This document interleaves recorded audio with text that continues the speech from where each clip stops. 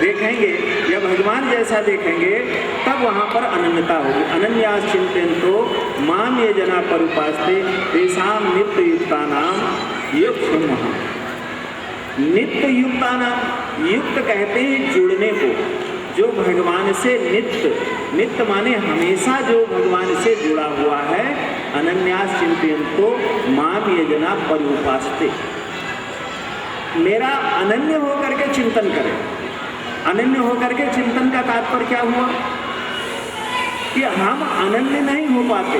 भगवान के बन करके अगर हम चिंतन करें, भगवान के बन के भजन करें तो बस मेरा सारा काम बन जाए। तुलसीदास जी से पूछा कि करोड़ों जन्म का जो बिगड़ा हुआ है वो एक दिन में कैसे सुधरेगा, एक घंटे में कैसे सुधरेगा। तो स्वामी जी ने कहा करोड़ों जन्म का, अनेकों जन्म का बिगड़ा हुआ एक क्षण में बन सकता है। कैसे? बिगड़ी जन्म अनेक की अब ही सुधरे आज, हो ही राम को नाम जप तुलसी तज को समान। अनेकों जन्म की जो बिगड़ी है वो राम का बन करके अगर जप करते हो तो आज ही बात बन जाएगी। श्री राम जय राम जय राम। तो भगवान का बन करके, हम भगवान का बनना नहीं चाहते, भगवान को तो हम अपना बनाना चाहते हैं, भगवान मेरे बन जाएं। एक बार क्या हुआ, प्रेम से बोलिए श्री राम जय राम जय राम।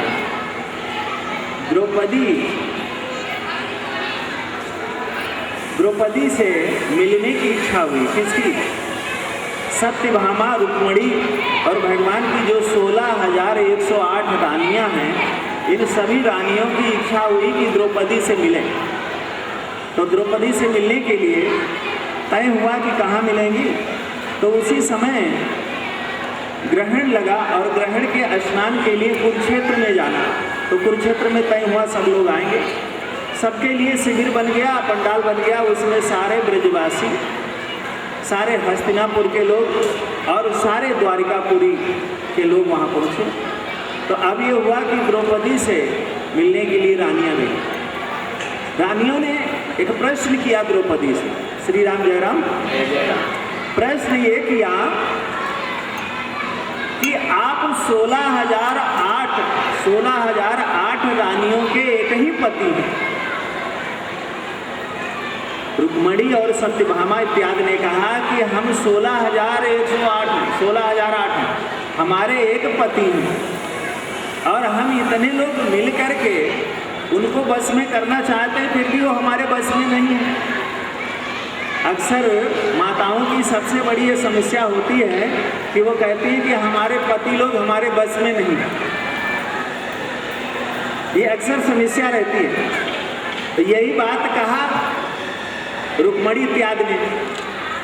तो कहा कि द्रौपदी जी से, बहन मैं एक को अपनी मुट्ठी में नहीं कर पा रही हूँ, एक को अपने बस में नहीं कर पा रही हूँ, इतने लोग मिल करके, और तुम्हारे तो 5 पति हैं, तुम 5 पतियों को कैसे बस में रखती हो, किस तरह से बस में रखती हो। द्रौपदी ने बड़ा सुंदर उत्तर दिया। द्रौपदी ने कहा कि देखो, हम उनको अपने बस में करने की नहीं सोचते, बल्कि हम खुद उनके बस में हैं। वो जैसा चाहते हैं हम इसलिए वो बस में हैं। तुम जब तक भगवान को अपने बस में करने की सोचोगे तब तक भगवान बस में नहीं होंगे। तुम खुद भगवान के बस में हो जाओ, और जब भगवान के बस में हो जाओगे तो फिर भगवान तो तुम्हारे बस में रहेंगे। भगवान के बस में हमको होना है, हमें न कि भगवान को बस में करना। जब हम भगवान को बस में करने के सोचेंगे तो भगवान तो बस में होने वाले नहीं हैं। लेकिन अगर हम भगवान के बस में हो जाएं तो भगवान के बस में होने का मतलब क्या हुआ? अनन्यास चिंतयन्तो, अनन्य हो करके माने भगवान का बन करके जब हम भजन करेंगे तो मेरे करोड़ों जन्म की बिगड़ी एक क्षण में बन जाएगी। बिगड़ी जन्म अनेक की अब ही सुधरे आज, हो ही राम को नाम जप तुलसी तज को समाज। तो समाज छोड़ करके और भगवान का बन करके। कुल समाज क्या है? ये कुल समाज है जो हम इसकी चर्चा, उसकी चर्चा, फलाने की चर्चा, धमाके की चर्चा। अभी देखो माताएं, हम नीचे उतरेंगे तो बोलेंगे इनका ये दुख दूर कर दो, इनको ये दुखी है, ये दुखी है। पहली बात तो हम आपको बता दें कि मैं वैसा बाबा झाड़ फूक वाला नहीं हूँ। ये झाड़ना फूकना, टोना टटका, जादू टोना, या उसका उतारा इसका, या इसका बन जाएगा, इसका बिगड़ जाएगा, ये सब हम लोगों का काम नहीं, हम ये काम नहीं करते। सीधा सीधा भगवान की बात सुनाते हैं। अगर भगवान की बात तुम्हारे समझ में आ जाए तो तुम्हारी 2 घंटे की बिगड़ी नहीं बनेगी, तुम्हारी करोड़ों जन्म की बिगड़ी बन जाएगी। तुम्हें भी सोचने को ही नहीं पड़ेगा। पर भगवान की बात समझ में तुम्हारे आए तब तुम भगवान को अपना बन करके, और हर घड़ी भगवान ये कर दे, भगवान वो कर दे, ऐसा नहीं। हम भगवान के लिए क्या करें वो सोचना। भगवान की बात करो, जहाँ उठो जहाँ बैठो वहाँ अपनी कथा मत गाओ। हम लोग क्या करते हैं, जहाँ बैठते हैं जहाँ उठते हैं वहाँ अपनी कथा शुरू करते हैं। अपनी कथा नहीं, जब कथा करना ही है तो भगवान की कथा करो। अगर सुनना है तो भगवान की कथा सुनो। देखो तुम्हारे जीवन का सारा झंझट खत्म, तुरंत उसी क्षण सब झंझट खत्म। लेकिन ये है तो बड़ा सरल, पर चूंकि हमारी आदत बिगड़ी हुई है, हमारा स्वभाव बिगड़ा हुआ है, लेकिन इसलिए हम भगवान की कथा तो करेंगे नहीं, वो अपनी कथा और पराई कथा ये जरूर करेंगे। इससे बच जाए जो, अगर अपनी कथा और पराई कथा से जो बच जाए, जिंदगी में 90% काम उसका तुरंत हो जाएगा। बचा 10%, तो 10% केवल भगवान का ध्यान कर ले, वैसा काम हो जाएगा, कुछ उसको दुख नहीं आ सकता। लेकिन हमारी ये समस्या कोई नई नहीं है, बहुत पुरानी है। और यही सारे संत, सारे ऋषि, सारे मुनि एक ही उपदेश देते आए हैं कि ये जो अपनी कथा है इसको बंद करो, भगवान की कथा सुनो। और भगवान की जब कथा सुनोगे तो तुम्हारी व्यथा नहीं रहेगी। तुम्हारी व्यथा तभी तक है जब तक अपनी कथा। तो अब जो है कहा कि बिगड़ी जन्म अनेक की, अब ही सुधरे आज, अभी आज ही बन जाएगी। लेकिन राम का बन के एक बार देखो, राम का बन जाओ। राम का बनने में कुछ लगना नहीं है। एक ही जगह है जहाँ कुछ खर्चा नहीं है, ना किसी रुपए पैसे का खर्चा है, ना वहाँ मकान देना है, ना दुकान देना है। खाली भावना करना, भावना से ही हम भगवान के हो गए, बात हो गया, काम खत्म। और पहले भी हम भगवान के ही थे, आज भी भगवान के ही हैं, कल भी हम भगवान के ही रहेंगे। लेकिन हम अपने को भूल करके हम फलाने के हैं, हम धमाके के हैं, ये हैं, ये हमने नकली चद्दर ओढ़ लिया। इस चद्दर को उतारते ही तुरंत ही तुम कल भी भगवान के ही थे। तुम जब भी जहाँ हो, जैसे हो भगवान के ही। क्योंकि शास्त्र कहते हैं ईश्वर अंश जीव अविनाशी। जीव जो है सदा से ईश्वर का अंश था, है और रहेगा, अविनाशी है। चेतन अमल, ये कुछ आज इसको पवित्र नहीं होना है, सदा से पवित्र था, पवित्र है, पवित्र रहेगा। चेतन अमल सहज सुख राशि। लेकिन ये जब ते जीव है उस संसारी, जब से ये संसार का अपना हो गया और इसने अपनी माया की रचना कर लिया, तभी से जीव ये सारा दुखी हो गया। तो बिगड़ी जन्म अनेक की, अब ही सुधरे आज, हो ही राम को नाम जब तुलसी तज कुसमाज। कुसमाज क्या है? जो पर चर्चा है, जो पर चर्चा है कुसमाज है, इसको छोड़ करके भगवान का बन जाओ। उसी को यहाँ कहते हैं अनन्यास चिंतयन्तो।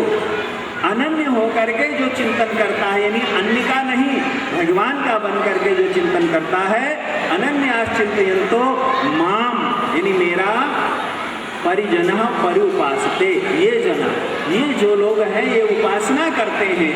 उपासना का अर्थ होता है उपासने तिष्ठति, यानी समीप में बैठना। जहाँ भगवान बैठते हैं वहाँ बैठे। तो भगवान कहाँ बैठते हैं? भगवान तो सर्वत्र हैं, तो कहाँ नहीं बैठे हैं? पर भगवान बैठे हैं कहाँ? वो आनंद के सागर में बैठे हैं, क्षीर सागर में बैठे हैं। वो आनंद का सागर है, हम भी वहाँ बैठे हैं। उपासना का अर्थ हो गया कि आनंद में रहना, संतुष्ट रहना, हमेशा संतुष्ट रहे।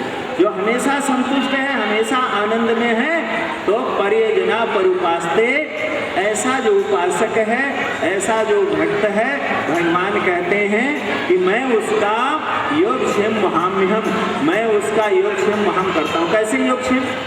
योग का तात्पर्य होता है कि जो वस्तु उसको मिली नहीं है उसको मिला देना, और क्षेम का तात्पर्य होता है कि जो वस्तु उसके पास है उसको नष्ट न होने देना। योगक्षेम महाम।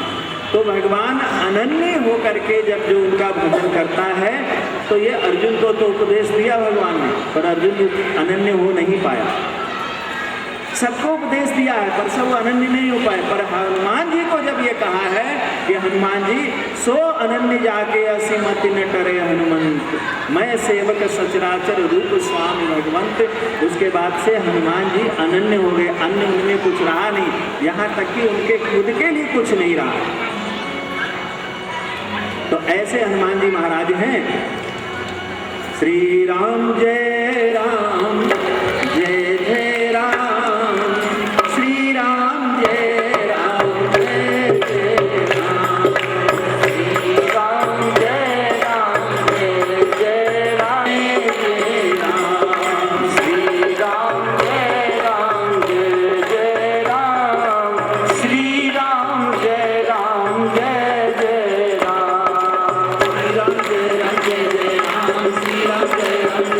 राम, श्री राम जय राम जय जय राम, श्री राम जय राम जय जय राम, श्री राम जय राम जय जय राम, श्री राम जय राम जय जय राम, श्री राम जय राम जय जय राम, श्री राम जय राम जय जय राम, श्री राम जय राम जय जय राम, श्री राम जय राम जय जय राम, श्री राम जय राम जय जय राम, श्री राम जय राम जय जय राम, श्री राम जय राम जय जय राम, श्री राम जय राम जय जय राम, श्री राम जय राम जय जय राम, श्री राम जय राम जय जय राम,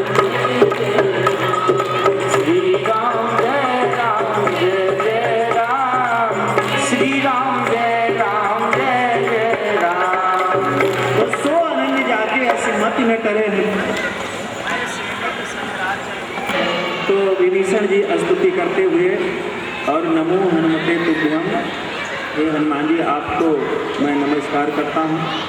हनुमान जी के लिए वर्णन करते हुए गोस्वामी जी जब सुंदरकांड में हनुमान जी के लिए उन्होंने मंगलाचरण किया। अत राक्षस रूपी वन को जलाने वाले वो आग है, धनुज वन कृषानम, उसके लिए आग है।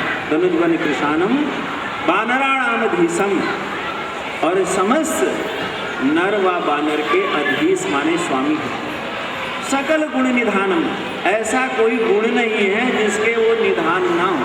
समस्त गुणों के निधान माने खजाना है, अथवा तो सारे गुण हनुमान जी से ही निकलते हैं, सब गुण उन्हीं से उत्पन्न होते हैं, क्योंकि शिव स्वरूप है ना। तो शिव से ही सारी सृष्टि हुई है, वही शिव। शिव का अर्थ होता है कल्याण करने वाला, शिव का अर्थ होता है जो उपकारी है। शिव के 10 अर्थ होता है। ईशाना सर्वभावाना, वह ईशान है। ईशान माने स्वामी है सबके।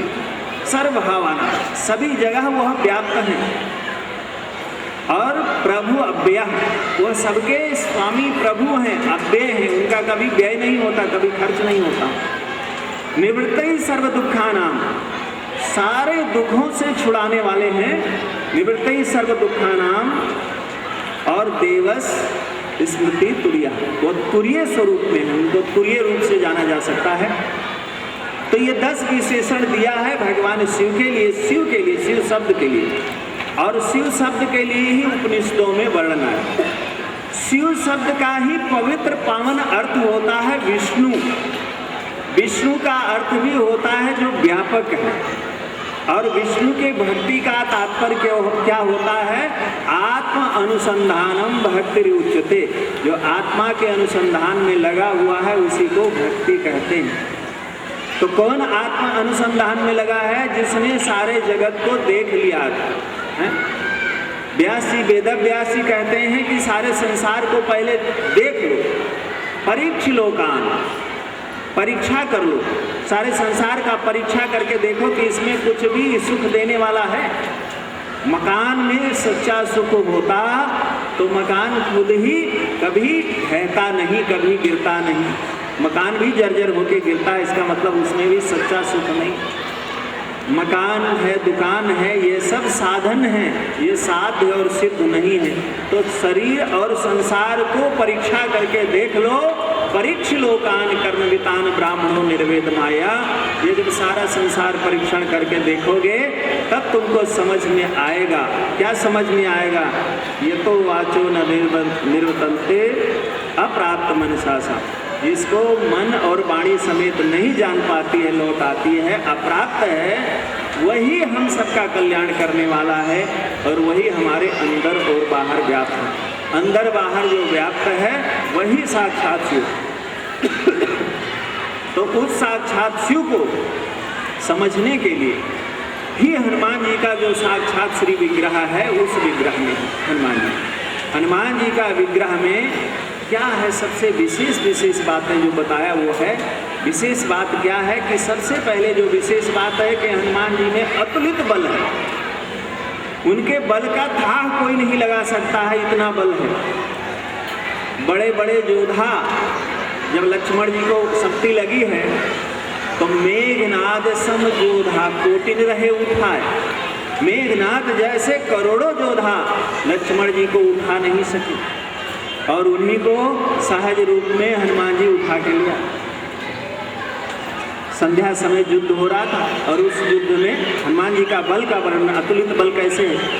जब युद्ध हो रहा था तो उस युद्ध के समय संध्या भई पुरी दोयनी, लगे समारन निज निज सैन्य। जब राम रावण का युद्ध हो रहा था तो उस समय भी धर्म युद्ध था। संध्या हो जाए, शाम हो जाए तो दोनों सेना अपने अपने शिविरों में लौट आती। तब जब दोनों सेनाएं लौट आई तो ये पूछा गया कि कौन कौन नहीं आया, तो पता लगा लक्ष्मण नहीं आए। तो भगवान ने पूछा, व्यापक ब्रह्म भजित भुवनेश्वर, लक्ष्मण पूछ कहाँ करुणा कर। पूछा कि लक्ष्मण कहाँ है।